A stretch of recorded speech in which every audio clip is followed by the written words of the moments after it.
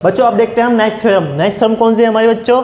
10.6 क्या थ्योरम क्या बोलती है? इक्वल कोड of a circle are equal distance from the centre. क्या बोलता है कि एक सेंटर के जो कोड हैं वो एक क्या कहते हैं सॉरी एक सर्कल के जो कोड हैं वो सेंटर से इक्वल डिस्टेंस में होते हैं। मतलब एक सर्कल के जो कोड हैं वो सेंटर से एक बराबर दूरी पर होते हैं, ये हमें प्रूफ करना है। ठीक है, सबसे पहले हम क्या डायग्राम बना लेते हैं बच्चा। सर्कल बना लिया बच्चों हमने। ठीक है, हमने दो कोड भी ड्रॉ कर लिए। ये हमारे दो कोड हैं, ये ABCD। ठीक है, मैंने कोड बताया था जो सर्कल के किसी दो पॉइंट को ज्वाइन करते हैं वो हमें कोड होते हैं। बस क्या वो सेंटर से होके ना जाएं।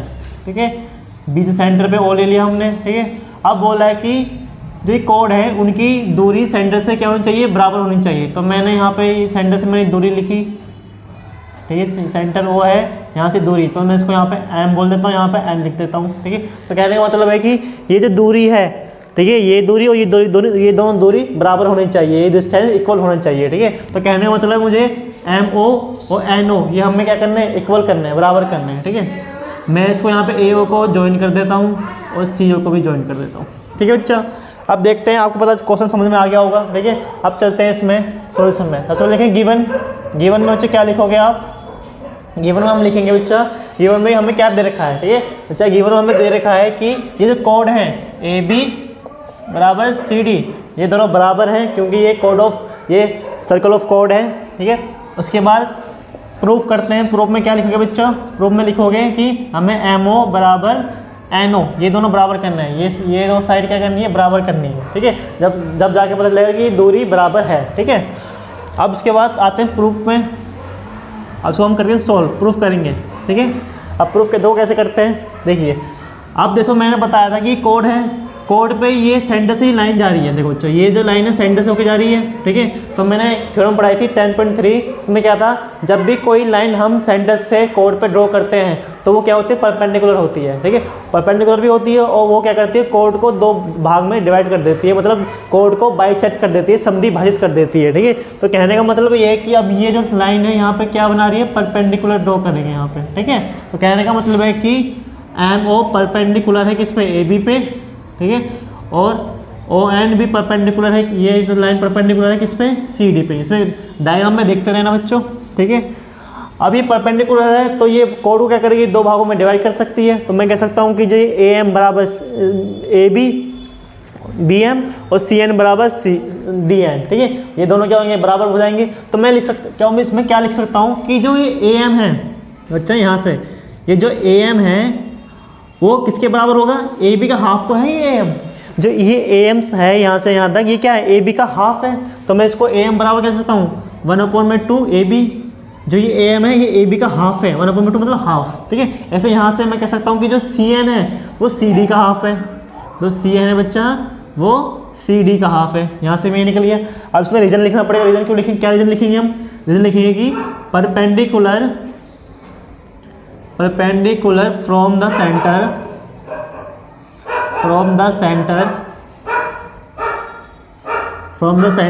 बाइसेक्ट द कोड, ये लिख सकते हैं हम यहाँ पे। ठीक है, अब आगे चलते हैं बच्चों। अब इसके बाद मैं आप कह सकता हूँ यहाँ से, देखो हमें क्वेश्चन में हमें गिवन क्या दे रखा है?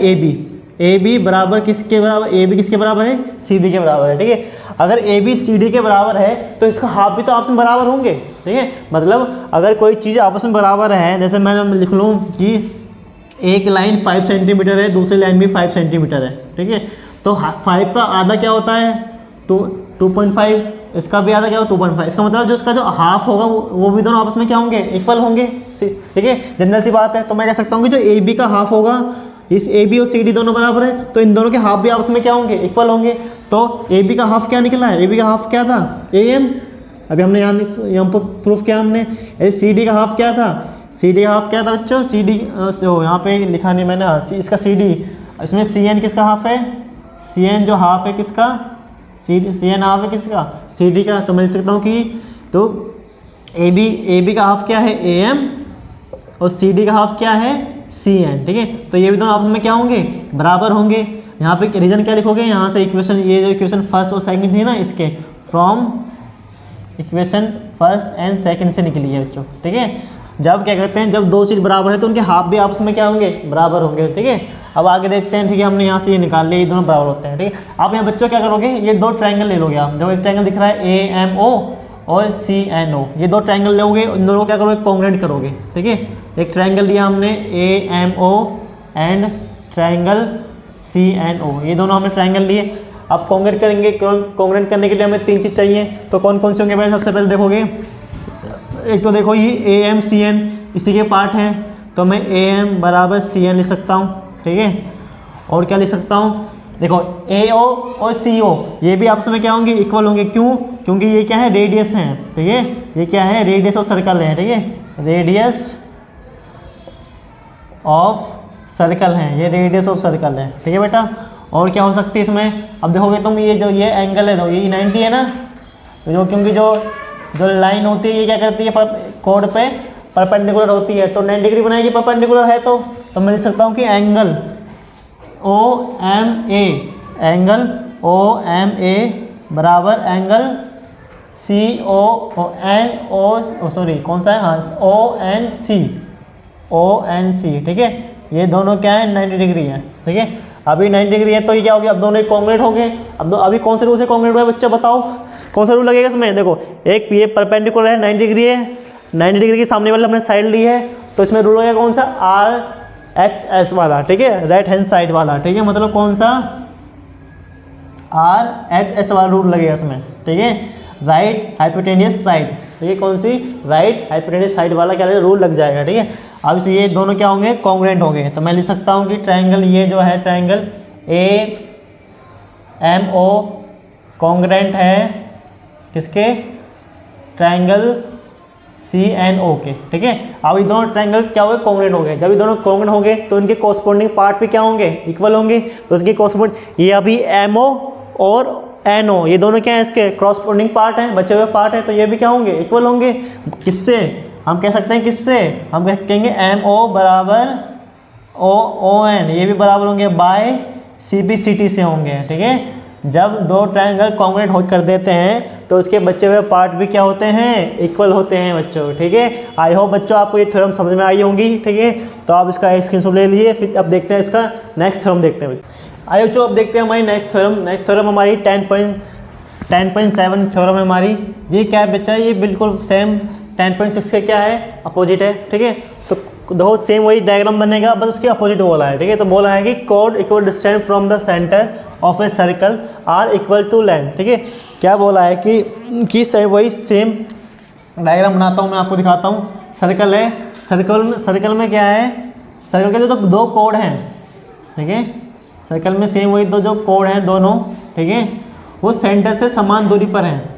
ठीक है, तो सेंटर ये रहा हमारा O। ठीक है, इससे दोनों क्या हैं, बराबर दूरी पर हैं। मतलब इसका मतलब इस क्वेश्चन में हमें क्या दे रखा है, ये अब ये जो दूरी है, डिस्टेंस है जो, ये हमें इक्वल दे रखे हैं। ठीक है, तो हमें ये जो कोड हैं ये हमें क्या करने हैं, इक्वल करने हैं। ठीक है, तो सेम उसका अपोजिट है। ठीक है, तो हमें MO और NO बराबर दे रखे हैं, तो हमें AB और CD जो कोड है ये इक्वल करते हैं। ठीक है, यहाँ से मैं AO CO को ज्वाइन कर लूँगा। ठीक है, सेम उसका अपोजिट है, तो वही सेम करते हैं। आइए लिखते, सबसे लिखते हैं गिवन में इस बार हमें दे रखा है कि MO इक्वल टू है ON। ठीक है, ये हमें गिवन है। और क्या दे रखा है, अब क्या करना है इसमें, प्रूफ क्या करना है हमें, प्रूफ करना है कि AB बराबर CD। ये दोनों कोड हैं, तो ये हमें क्या करनी है, दोनों को इक्वल करनी है। ठीक है, आइए अब करते हैं प्रूफ में वही करेंगे जैसे मैंने बताया कि अभी से ये लाइन सेंटर से होकर जा रही है, तो ये कोड पे क्या होगी, परपेंडिकुलर होगी और 90 डिग्री बनाएंगी। तो मैं लिख सकता हूँ कि OM जो है वो परपेंडिकुलर है AB पर। ठीक है, ऐसी जो ON है वो परपेंडिकुलर है CD पर। ठीक है बच्चा, तो जब इस पे परपेंडिकुलर होगी, तो जब इस पे परपेंडिकुलर है तो ये AM। ठीक है, अब मैं लिख सकता हूँ जो AM है वो AB का हाफ होगा, जो AM है वो AB का हाफ होगा। यहाँ से जो CN है वो CD का हाफ होगा। ठीक है, वो CD का हाफ के बराबर होगा, है ना, जैसे हमने पिछले वाले थ्योरम में करी थी। ठीक है, तो हम रीजन क्या लिखेंगे, रीजन वही लिखेंगे, perpendicular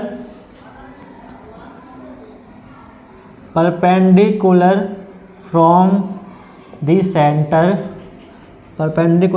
centre bisect the code. ठीक है बच्चा, ठीक है। अब आगे देखते हैं, आप वही हमें क्या करना है, ये दो ट्रायंगल हैं, इन्हें हमें क्या करना है, कॉन्ग्रुएंट प्रूफ करना है, ठीक है। तो ट्रायंगल AMO एंड दूसरा ट्रायंगल कौन सा बच्चा, ट्रायंगल CNO, ठीक है। इन दोनों को हमें क्या करना है, कॉन्ग्रुएंट प्रूफ करना है, ठीक है। तो देखो सबसे पहले क्या लोगे, देखो ये AO और OC क्या है, ये रेडियस ऑफ सर्कल है, ठीक है। तो सर्कल और रेडियस क्या होता है, जो सेंटर से सर्कल के किसी पॉइंट पर जो लाइन होती है उसको हम क्या कहते हैं, रेडियस कहते हैं, ठीक है। तो मैं कह सकता हूँ AO बराबर CO, ठीक है। ये क्या है, रेडियस ऑफ सर्कल, ठीक है बेटा। आगे चलते हैं, हम कह सकते हैं कि ये एंगल 90 डिग्री है, OMAONC, ठीक है। तो एंगल OMA बराबर होगा एंगल ONC के बराबर होगा। दोनों क्या होंगे, बहुत क्या है, 90 डिग्री हैं, ठीक है। दोनों क्या है, 90 डिग्री के बराबर है, ठीक है। और हम कह सकते हैं कि इसमें MO और ON ये हमें बराबर दे रखे हैं, गिवन है ये, ठीक है। क्वेश्चन में ये क्या है, गिवन है, ठीक है। तो ये दोनों ट्रायंगल क्या हो गए, कॉन्ग्रुएंट हो गए। ये दोनों ट्रायंगल क्या होंगे, कॉन्ग्रुएंट हो गए। कॉन्ग्रुएंट हो गए तो किसी रूल से, RHS से, ठीक है, राइट हाइपोटेनियस साइड, ठीक है। देखो ये 90 डिग्री है, 90 डिग्री सामने वाला हाइपोटेनियस होता है और ये हमें एक साइड ली है, ठीक है। तो ये रूल कब लगता है बच्चों, ये रूल जब लगता है जब एक एंगल हमारा 90 डिग्री का हो और 90 डिग्री की सामने वाली साइड भी हमें क्या कहते हैं, उसमें बराबर दे रखी हो, ठीक है। 90 डिग्री सामने क्या होता है, हाइपोटेनियस होता है, कर्ण होता है, ठीक है। तो वो भी बराबर होना चाहिए, इसलिए हम क्या लगाएंगे, यहाँ पे RHS लगाएंगे, ठीक है। अब ये क्या है, RHS हो गया, तो मैं कह सकता हूँ कि AM और CN भी बराबर होंगे बच्चों, उसमें AM और CN भी बराबर होंगे, क्यों, बाय CPCT। इससे बाय CPCT, जब दो ट्रायंगल कॉन्ग्रुएंट हो जाते हैं तो उसके बचे हुए पार्ट भी क्या होते हैं, कॉरस्पॉन्डिंग पार्ट भी क्या होते हैं, इक्वल होते हैं, ठीक है। अब देखो AM किसके बराबर है, AM है किसके बराबर, 1/2 AB के बराबर है, ठीक है। ये हमने पहले निकाल चुके हैं। और CN किसके बराबर है, 1/2 CD के बराबर है, ठीक है। अब दोनों इक्वल में तो 1/2 कट गया, ठीक है। क्या बच्चा बच्चों, AB बराबर CD बच्चा, ठीक है। और यही हमें क्या करना था, प्रूफ करना था कि ये AB और CD क्या हैं दोनों बच्चों, इसके क्या हैं, सर्कल के कोड हैं और हमें कोड ही इक्वल करने थे, ठीक है। तो बच्चों इसको पॉज करके इसका स्क्रीनशॉट ले लीजिए। अब देखते हैं नेक्स्ट।